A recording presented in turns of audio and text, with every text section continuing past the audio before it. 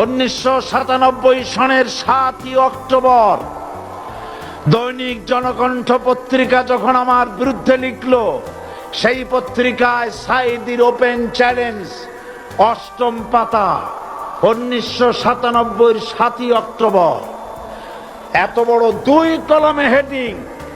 সেখানে আমি বলেছি, বাংলাদেশের সকল সাংবাদিক, গোয়েন্দা বিভাগ, বাংলাদেশের সকল বুদ্ধিজীবীকে আমি আমার পিরোজপুরে আমন্ত্রণ করছি। আমার উপস্থিতিতে যদি কেউ প্রমাণ করতে পারে বাংলাদেশের স্বাধীনতা যুদ্ধের বিরুদ্ধে আমার কোনো ভূমিকা ছিল, সজ্ঞানে স্বেচ্ছায় জাতীয় সংসদের সদস্য পদ থেকে পদত্যাগ করব।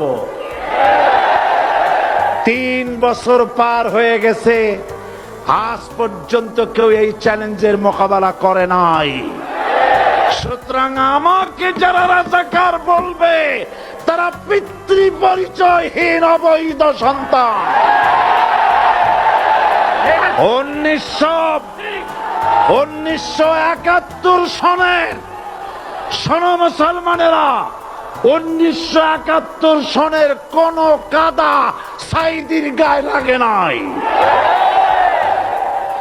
আমাকে রাজাকার বলে জনগণ থেকে বিচ্ছিন্ন করবা, জনগণ থেকে আমারে বিচ্ছিন্ন করা যাবে না। কারণ এই জনগণ আমার জন্য আসে না, এই জনগণ আসে আল্লাহর কোরআনের জন্য।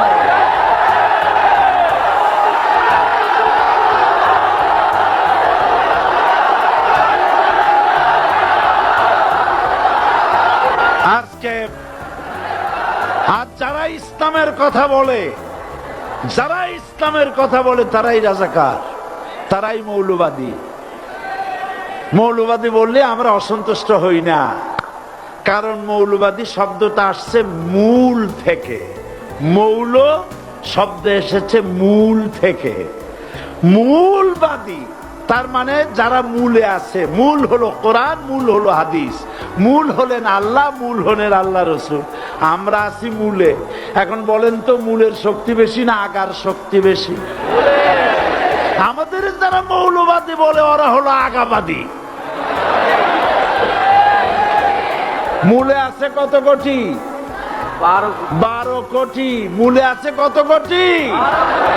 আর আমাদের যারা মৌলবাদী বলে, ওই থাকো গাছের আগায়, আমরা মূলে। লাফালাফি বেশি করবা না, 12 কোটিতে গাছের গোড়া আসতে নানা দেবে, মামু বাড়ি দিল্লি গিয়ে পড়বা, বাংলার জমিনে জায়গা হবে না। এ কথা বিশ্বাস করো। বাংলাদেশের মুসলমানদের শরীরে 1 বিন্দু রক্ত থাকতে শয়তানের তৈরি করা ধর্ম নিরপেক্ষ মতবাদ বাংলার জমিনে কায়েম হতে দেওয়া হবে না, হবে না। রাসূল করিম সাল্লাল্লাহু আলাইহি ওয়াসাল্লাম কোরআন প্রতিষ্ঠার জন্য আন্দোলন করেছিলেন। আয়াতুল কুরসি আমাদের সে কথাই শিখিয়েছে। আল্লাহ রাব্বুল আলামিন বলেন, আল্লাহু লা ইলাহা ইল্লাহু আল হাইয়ুল কাইয়ুম। প্রাণ খুলে পড়েন, আল্লাহু লা ইলাহা ইল্লাহু আল হাইয়ুল কাইয়ুম। আল্লাহ হচ্ছেন তিনি, যিনি ছাড়া কোনো ইলাহ নাই, আইনদাতা নাই, বিধানদাতা নাই। আমরা মানুষের তৈরি করা আইন মানি না।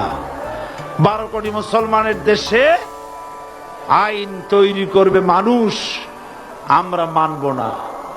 পার্লামেন্টে তৈরি হতে হবে কোরআন দিয়ে, পার্লামেন্টে আইন তৈরি হতে হবে কোরআন দিয়ে।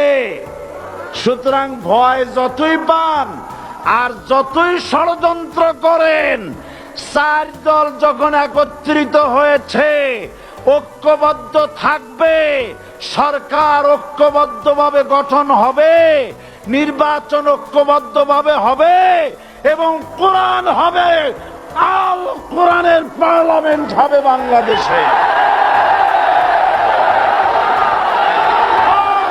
বীর চট্টলার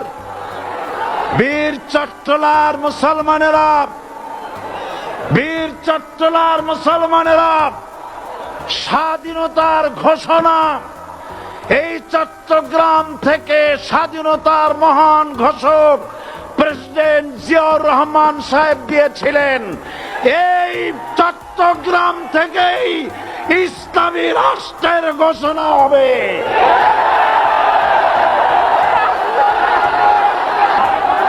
আমি আশাবাদী আপনারা অবশ্যই তা পারবেন। আমি 100% বিশ্বাস করি ইনশাআল্লাহ।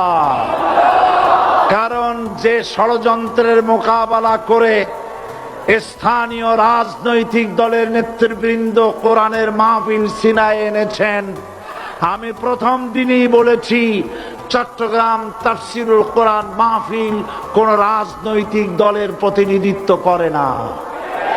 এটা কোন জামাত শিবিরের একক সম্পদ নয়।